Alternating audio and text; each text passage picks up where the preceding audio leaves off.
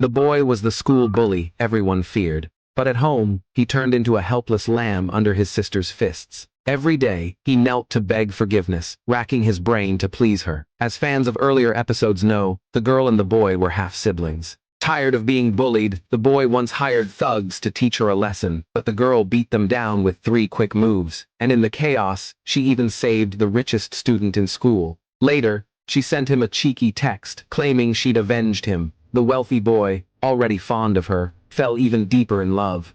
The next day, a sidekick classmate brought her bubble tea. The girl lit up with joy, slurping happily. The rich boy burned with jealousy. Just then, the class beauty from next door appeared. She handed a milk tea only to the rich boy. The crowd cheered, while the girl just munched on her snacks. To everyone's shock, the rich boy rejected her. He grabbed the girl's half-drunk milk tea, and boldly declared he already had one. Whispers spread, and all eyes turned to the girl. But the girl cared only about food. She raised her fist in annoyance, scaring the sidekick into offering his own drink to her. The next day, the boy heard rumors of his sister fighting for milk tea. He frowned. Could she really not afford one? The girl sighed, saying her allowance was never enough. The boy grew suspicious. Where had all the money gone? The girl snapped, blaming their stingy father. Moved, the boy offered his pocket money to her instead, as long as she stopped hitting him. The girl's eyes sparkled. Deal. From then on, the boy acted like her servant. The girl looked at her silly brother with satisfaction, but the class beauty saw it all. She assumed the girl was two-timing both boys, and decided to capture proof and expose her.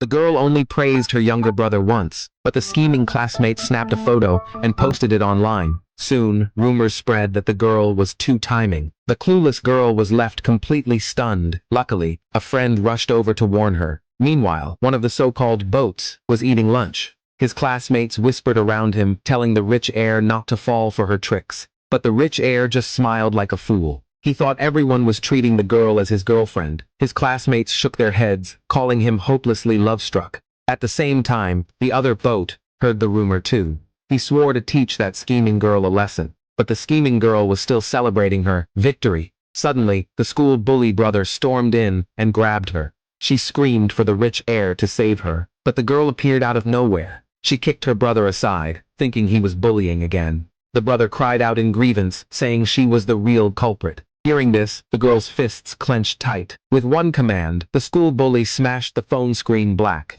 Soon, they returned to class. The girl stared at her failed exam paper in frustration. The rich heir teased that she had muscles, but no brain. But the girl said, seriously, she was a sports student. She was just weak in academics. The rich heir gave a knowing smile, as if a new plan had sparked in his mind. The next day, news spread that the school would host a tennis tournament. The prize was a staggering 1 million yuan. The girl's eyes lit up instantly. She rushed to sign up without hesitation. Her friend quickly realized this was arranged by the rich heir, and more surprises were on the way.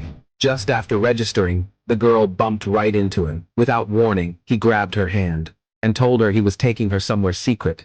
The girl lowered her head over the test paper, only to bump straight into the school bully. Before she could explain, the bully dragged her into a dark room. Wrong, it was actually a fancy clothing store. As seen in the previous episodes, the rich classmate was hopelessly in love with the girl. He even hosted a tennis competition just for her. Noticing she didn't have professional tennis gear, he ordered the staff to bring out everything. Then he personally tried shoes on her. Just as he finished, the girl suddenly asked if his personality was always like this. When he froze, she added that he seemed sharp enough to see through her poverty. But the rich classmate asked another question. If you were just a pawn in someone's game, what would you do?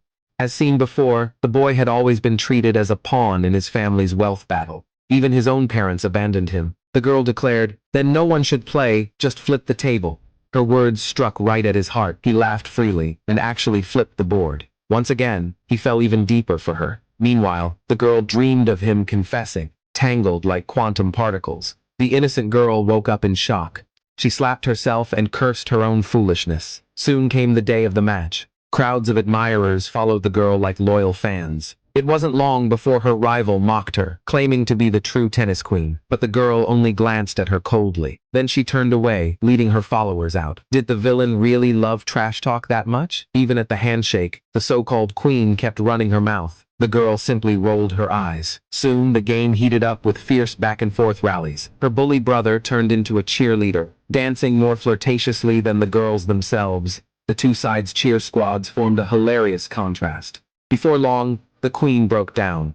She roared, asking if the girl was treating her like a dog, running her back and forth endlessly. The girl answered calmly, "Yes, I'm running you." At the finish, she performed a crushing smash. The shot shattered the queen's racket. Her brother declared proudly, "My sister is my god."